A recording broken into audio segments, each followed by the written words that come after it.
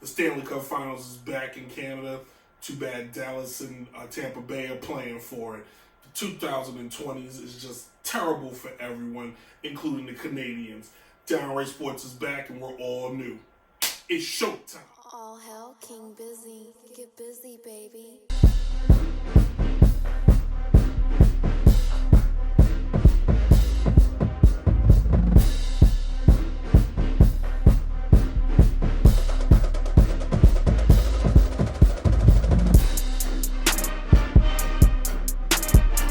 One, two. You're now locked into the Notorious Sports Critic, Brent, Reid, Downright Sports, the podcast. Like, comment, and subscribe on that YouTube. Like, comment, and subscribe on all podcast platforms. Let's get into it. Everybody, welcome back to Downright Sports here on YouTube and Instagram. If this is the first time you've ever seen the show, it is a sports show from a sports fan, the Notorious Sports Critic, that tells you what he's thinking and also gives you facts, not just opinions. But we're going to start today's show extra, read all about it. We're going to kick the show up.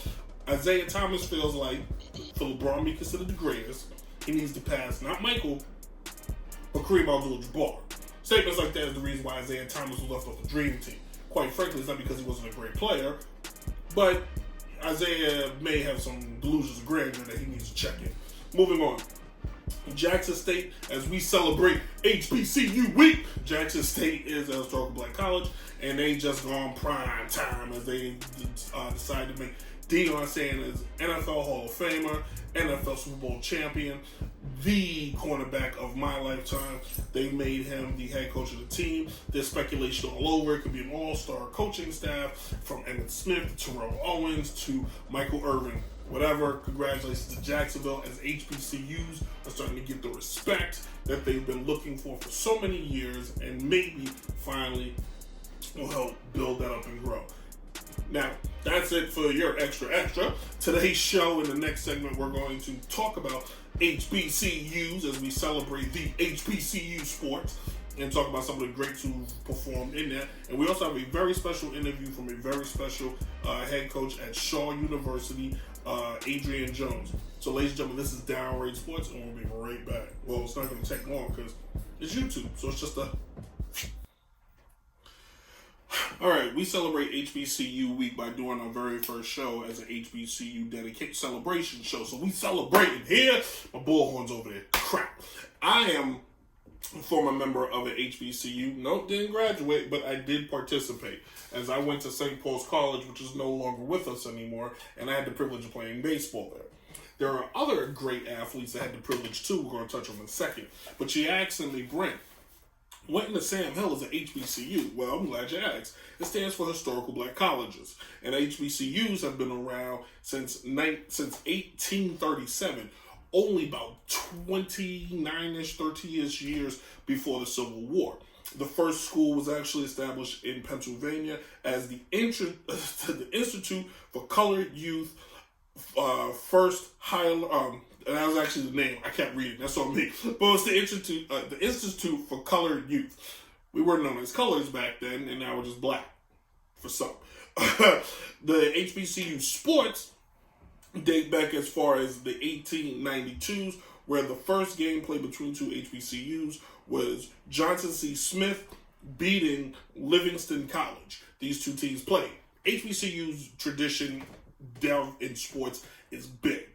It's really not the game itself sometimes where it's the band, the pageantry. It's a who's who. The CIAA, which is Division II, is one of the biggest tournaments out there. It's always in Charlotte. I think they're moving it for the first time, actually, when this whole pandemic crap blows over.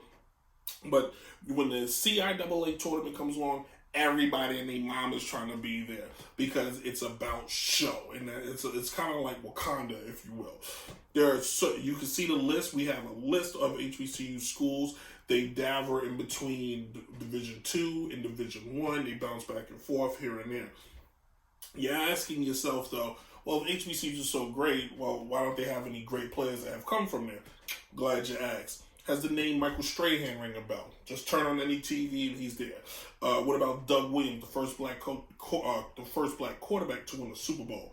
Earl Monroe, Wilma Rudolph, track and field star and Olympian. Jerry Rice, I think you should know him. Sam Jones, who played for Boston Celtics in those championship runs. Athena Gibson, track and field star, and Andre Dawkins, both went to Florida A&M. Andre Dawkins being a Hall of Fame baseball player. These are the elite of the elite. Some of them being the top of their field when it comes to sports, and they came from historical black colleges. You're asking me, though, why don't more greats come from historical black colleges? Well, it's because the best of the best don't get that opportunity. When you're considered on that little map for recruiting the best, the top white schools have the money, the facilities, the backing, TV to go pursue these kids. Even if a kid wants to go to a historical black college, just the allure of being played on television is just enough. Just pay attention to even just at the little baseball, volleyball, whatever. You're more likely to be exposed at the white schools than the white schools versus the HBCU schools. So some of that's changing a little bit. Deion Sanders is now a head coach, as I spoke about, in Jackson State. Don Maker's brother, NBA player Don Maker, his brother is now going to Howard University. So is it a changing of the guard, or is it the flavor of the month? And that's what I kind of want to know. I want to see if people stay up on this. I will, as I keep drawing attention to HBCUs and trying to lift them up. With that being said, we did a show first ever. We had an interview. We're going to play part of the interview today. The rest of the interview you can hear on the podcast this Sunday at Downright Sports Radio, the podcast that you can listen to, Apple Podcasts, Spotify, Google Play, wherever you can get a podcast, you can hear it there. So I had an opportunity to sit down and do a Zoom interview with Shaw football head coach Adrian Jones. It was a privilege. It was an honor, and we're going to get ready to play some of that right now. So I kick it away to myself for the interview. Brent? So, let's get started. So I'm here right now with head coach of Shaw University, Adrian Jones. Coach, how long have you coached there? This is going to my 5th year. I got here in 2016, and the rest is history. Good. And you said earlier in a little get to know each other for a second. You went to North Carolina Central?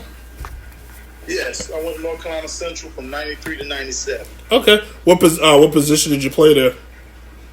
Played defensive back for legendary Larry Little. All right.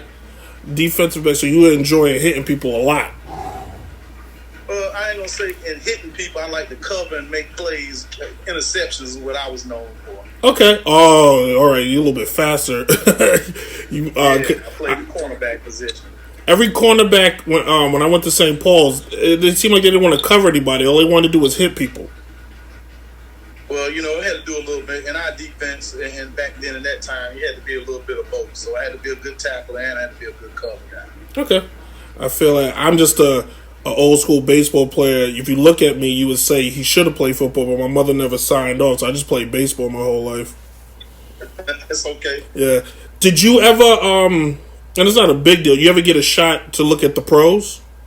Oh, absolutely. Coming out, I worked out for every NFL scout there was. Me and a couple other guys from North Carolina Central got a personal invite to North Carolina State back then. And one team that was very interested in me was the New York Jets. Unfortunately, I didn't make it, but I did end up playing some arena football for 6 years.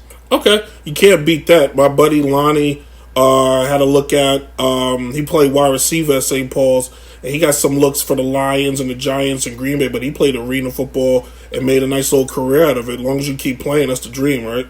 Yep, that was the key, man. I enjoyed that time playing arena football, and I wouldn't change it for the world. I hear that. Since you've been a coach, what type of philosophies or are you a motivator or are you a team builder? What do you think you see yourself as a coach? Well, I take bits and pieces of it. I've been around some great coaches, so I'm definitely a motivator. I try to motivate my team, and and I'm what we call a big family guy. So I always want my players, no matter what, even if they don't hang with each other, outside of football. At the end of the day, when we step on the field, we're one big family. I've been completely all about family, and that's just something that I always instill in. So I'm definitely a motivator, but I'm also stern. I also, 4:00 practice means you need to be ready and ready to go at 3:50. It's one of those things. So big on structure, and just, at the end of the day, what you want these guys to do is not just be a football player, but a student athlete. And when they leave here, have something to go out in the real world to offer. Hey, Coach Jones, thank you so much for the interview. And again, if you want to hear the rest of the interview, listen to the podcast this Sunday, and you will hear the whole entire interview in its entirety this Sunday. And it was very fun, and I had a pleasure. Coming up next, the very first time ever, we're going to talk sports betting in a new segment called Place Your Bets, Downright Sports.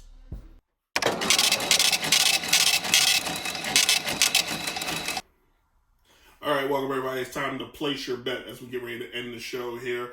And place your bet is a new segment where each week, as long as football's going on or whatever the big game is, we're going to place some bets. But we're going to have some fun with it.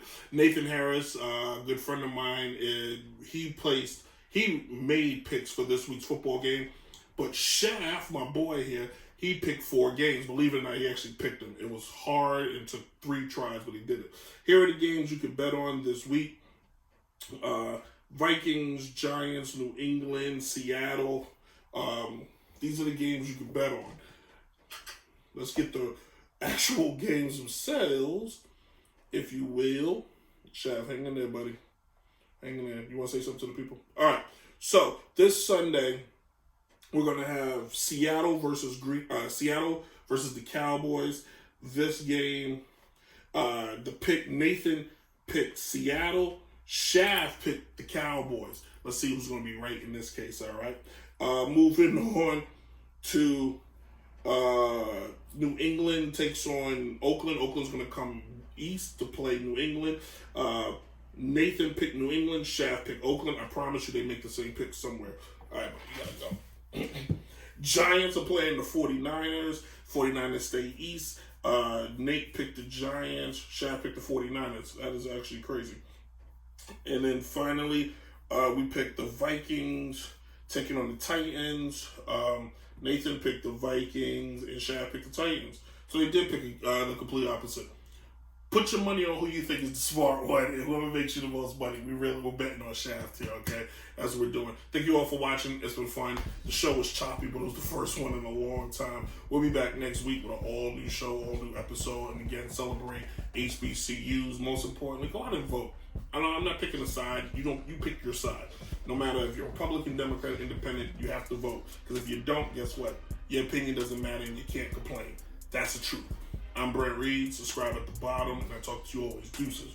You ready, buddy?